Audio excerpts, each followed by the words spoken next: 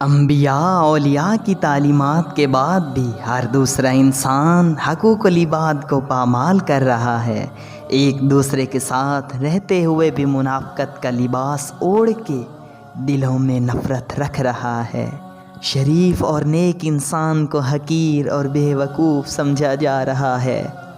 رشتوں کی قدر، بزرگوں کا احترام، ایک دوسرے کا احساس لوگوں کی سمجھ سے مٹتا جا رہا ہے۔ شاید تبھی اللہ نے اس زمین کو اور اس میں بسے انسانوں کے کاموں کو ایک وبا کے بہانے سے کچھ دنوں کے لیے بند کر دیا ہے، تاکہ ہر انسان الگ الگ ہو کر غور و فکر کرے۔ باخدا چھوٹے سے چھوٹا کام کرنے والا اور بڑے سے بڑا کام کرنے والا بھی آپس میں ایک رشتہ رکھتے ہیں۔ آج ہم اس رشتے کو محسوس کر سکتے ہیں جب ایک چھوٹے سے چھوٹا کام کرنے کے لیے بھی ہمیں خود اٹھنا پڑتا ہے۔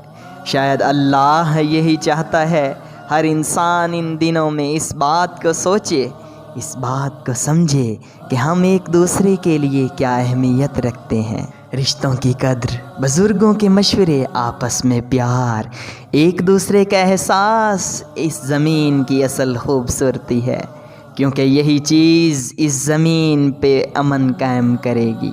اللہ کے رسول صلی اللہ علیہ وسلم نے فرمایا، جب انسان قدم قدم پہ اللہ کے قوانین توڑتا ہے، ایک دوسرے کے لیے برا سوچتا رہتا ہے، تو اللہ اس کے کام اور اس کی زندگی میں پریشانیاں اور رکاوٹیں پیدا کرتا ہے۔ آج مل کے ہم ایک دوسرے سے یہ وعدہ کرتے ہیں کہ آج کے بعد ایک دوسرے سے پیار کریں گے، احساس کریں گے، قدر کریں گے، خیال رکھیں گے، کبھی کسی کا دل نہیں توڑیں گے، کسی کے لیے برا نہیں سوچیں گے۔